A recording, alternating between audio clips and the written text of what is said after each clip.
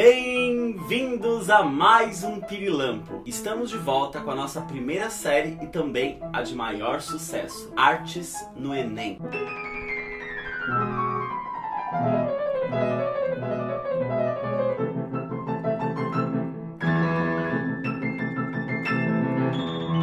E a gente começa essa nova série do mesmo jeito que a gente começou a primeira, com arte contemporânea. Então, se você está estudando para o Enem, não se esqueça de conferir a nossa primeira série Artes no Enem. Também é importante entender que as nossas séries que não chamam Enem também são importantes para o vestibular. Artes cai cada vez mais. Por exemplo, no ano passado, o tema da redação da FUVEST era justamente os limites da arte. E esse foi o tema da nossa série de vídeos Artes na Atualidade. Por isso curte aqui o Pirilampo, se inscreve no nosso canal. Se inscreve.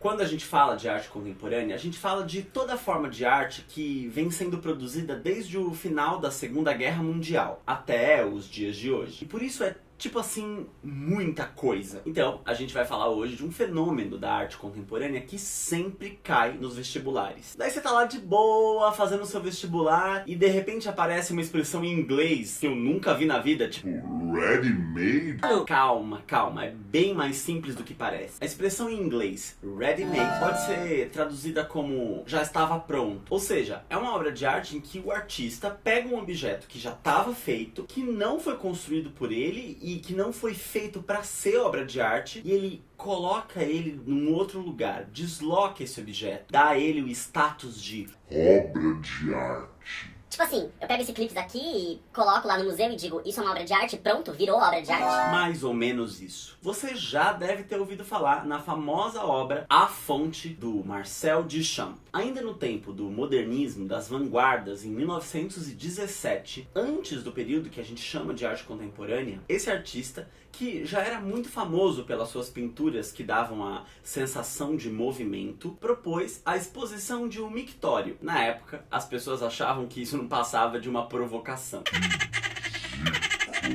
Afinal de contas, aquilo não era uma escultura que tinha sido construída por um artista para ser obra de arte. Ela tinha sido construída numa fábrica por operários para ser mijada. O cara vai lá e me diz que isso é obra de arte? O Duchamp estava, como todos os artistas da vanguarda modernista, se questionando sobre o que era uma obra de arte. Afinal, as propostas que vinham aparecendo como arte desafiavam os conceitos de belo, sublime, heróico da arte romântica do século XIX. Mas, ao mesmo tempo, as propostas modernas eram tão diferentes entre si que ficava cada vez mais difícil dizer o que era e o que não era uma obra de arte. Ao propor o mictório e causar um rebuliço nos jornais com a foto da obra, ele estava perguntando a todos: ora, se a beleza não é mais um critério para julgar a obra de arte, então qual é o critério? Por que um mictório não pode ser considerado obra de arte? O que uma escultura como a do Rodin tem que o mictório não tem? Quem saberia responder? Existem histórias muito interessantes sobre essa obra. A primeira é de que ele não assinou a obra como Duchamp. Ele assinou como um pseudônimo, R. Mutt. A ideia era que, ao julgarem a obra, as pessoas não fossem influenciadas pelo fato de ela ser de um pintor já reconhecido. Outra história é que, depois da repercussão toda nos jornais, o mictório original sumiu. E a discussão ficou toda sendo feita sobre a foto dele. E mais tarde, o Duchamp autorizou algumas reproduções oficiais do seu mictório. De modo bastante irônico, afinal, pouco importava qual era o mictório original. Pouco importava também a foto. O que importava era mais a discussão de ideias que ele tinha causado. E com esse ready-made, Duchamp criou uma nova categoria de arte, a arte conceitual. Até o final do século XIX, nas artes plásticas e visuais, o objeto de arte era o principal suporte da obra de arte. Uma reprodução da Mona Lisa jamais vai ter o mesmo valor da Mona Lisa. Mesmo que essa reprodução seja idêntica. E por quê? Porque o objeto, o quadro, é único. Só aquela Mona Lisa foi tocada pelo Leonardo da Vinci. Só aquele objeto possui a história, a técnica. Já na arte conceitual, o que importa é a ideia, o conceito, a discussão, e não a técnica, e não o objeto. A aura do objeto de arte perde o seu valor. Vamos a mais alguns exemplos. É muito importante entender que arte conceitual e ready-made não são a mesma coisa. No caso da obra A Fonte, do Duchamp, e em muitos outros exemplos, essas duas coisas vão coincidir, ou seja, é um ready-made e ao mesmo tempo é uma obra de arte conceitual. É o caso também da obra Uma e Três Cadeiras, do Joseph Kosuth, que você está vendo aí. Olha o nome dessa obra, Uma e Três Cadeiras. Na obra a gente vê uma foto de uma cadeira, seguida de uma cadeira, e depois um texto que traz uma definição de dicionário do que é uma cadeira. É uma obra extremamente conceitual que se apropria também de um ready-made, ou seja, de um objeto que já estava pronto. No caso, a cadeira. A próxima obra é do artista Cildo Meirelles, brasileiro. Ela chama Inserções em Circuitos Ideológicos. É uma obra grande que tem vários exemplos, e esse exemplo que eu peguei aí é o da Coca-Cola. Então, o Cildo vai inserir em garrafas de Coca-Cola, daquelas retornáveis, na década de 80, textos que só conseguem ser vistos quando a Coca-Cola está cheia. Ele comprava a Coca-Cola, inseria o texto na garrafa, mas quando ele devolvia para o bar, a garrafa estava vazia, então ninguém sabia que ele tinha inserido um texto secretamente ali. Percebam como é uma obra de arte conceitual e é também um ready-made, na medida em que se apropria de um objeto industrial. Vamos ver como os ready-mades aparecem nas questões do Enem.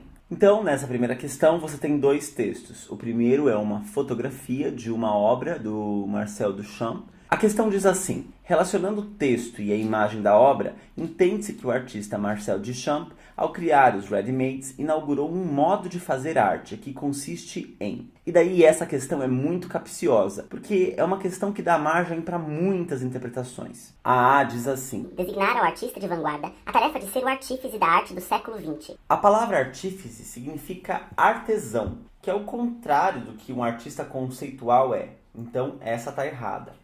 A B diz: considerar a forma dos objetos como elemento essencial da obra de arte. Que é o oposto do que ele diz no texto, né? Ele fala sobre uma indiferença estética. Então, isso não é a coisa mais importante. A C diz: revitalizar de maneira radical o conceito clássico do belo na arte. Essa é a alternativa certa. Veja que no texto ele procura uma ausência total de bom ou mau gosto. E com isso, ele está mudando completamente a maneira da gente encarar a beleza na obra de arte. Mas por que eu disse que essa questão é polêmica? Por causa das alternativas D e E.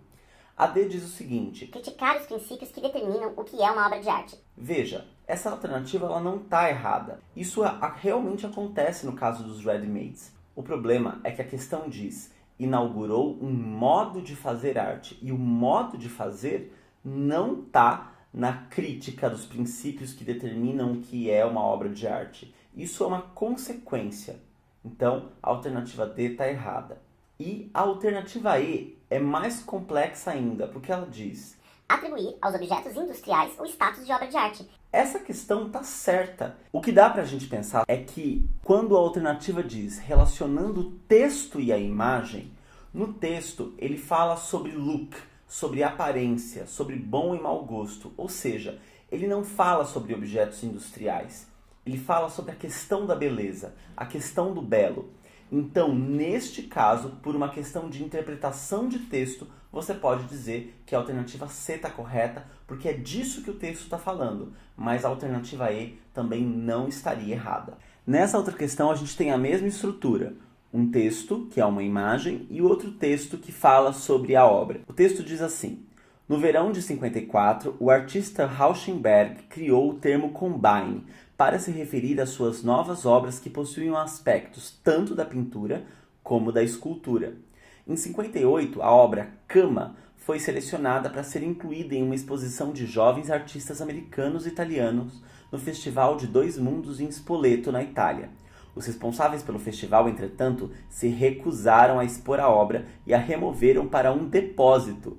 Embora o mundo da arte debatesse a inovação de se pendurar uma cama numa parede, Rauschenberg considerava a sua obra um dos quadros mais acolhedores que já pintei, mas sempre tive o medo de que alguém quisesse se enfiar nela. Então a questão diz: a obra de Rauschenberg chocou o público na época em que foi feita e recebeu forte influência de um movimento artístico que se caracterizava pela alternativa B, exploração insólita de objetos do cotidiano, dialogando com os ready-mades. Muito bem, espero que vocês tenham gostado dessa aula. Por hoje, a gente fica por aqui. E não se esquece, por favor, curte aqui o nosso vídeo, compartilhe o nosso canal, se inscreve nele. Um grande beijo pra você e até o próximo vídeo da série Artes do Enem, em que a gente vai falar sobre Renascimento. E a gente começa essa série do mesmo jeito que a gente começou a primeira. Ponto.